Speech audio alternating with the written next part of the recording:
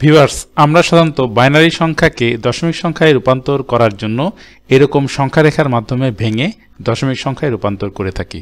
আপনারা এখানে খেয়াল করে দেখেন, বাইনারি সংখ্যাটি ছিল 101011, এটা নিচে 2 দিয়ে আছে, মানে এটা বাইনারি সংখ্যা। খেয়াল করে দেখেন, আমরা 1 গুণন টু দি পাওয়ার 5, 0 গুণন টু দি পাওয়ার 4 প্লাস 1 গুণন টু দি পাওয়ার 3, এইভাবে সংখ্যাটাকে আমি এক্সপানশন করেছি এবং লাস্টে গিয়ে এটার যোগফল ফলাফল আকারে আমরা 43 পেয়েছি, যা দশমিক সংখ্যা।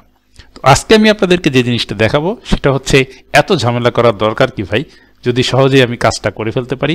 তো এই জন্য আমি এই 101011 এটাকে খুব সহজে দশমিক সংখ্যা 43 আপনি কিভাবে রূপান্তর করবেন সেটা এখন একটু করে দেখাচ্ছি।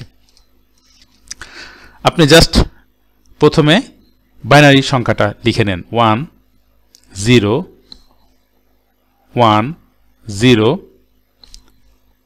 1 1। এখন এই পাশ থেকে আমি অ্যারো চিহ্ন দিচ্ছি, এই পাশ থেকে আপনি লিখতে থাকেন। এখানে লেখেন 1 2 4 8, জাস্ট মাল্টিপ্লাই করে ডাবল, 16 এবং 32।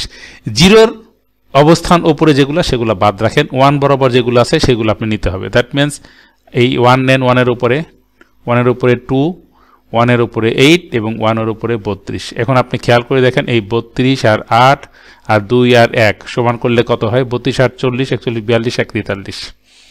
এই 43 দশমিক সংখ্যা হয়ে গেল খুব দ্রুত। শুধু দ্রুত না, খুব দ্রুত। সো যদি এই বিকল্প নিয়মটা আপনার জানা থাকে তাহলে বাইনারি থেকে দশমিকে যেতে আপনার খুব একটি বেশি সময় লাগবে না। আজকের এই টিপসটা কেমন লাগলো আপনারা সবাই কমেন্টস করবেন। আজকে এখানে শেষ করছি। বাই বাই, খোদা হাফেজ, টাটা।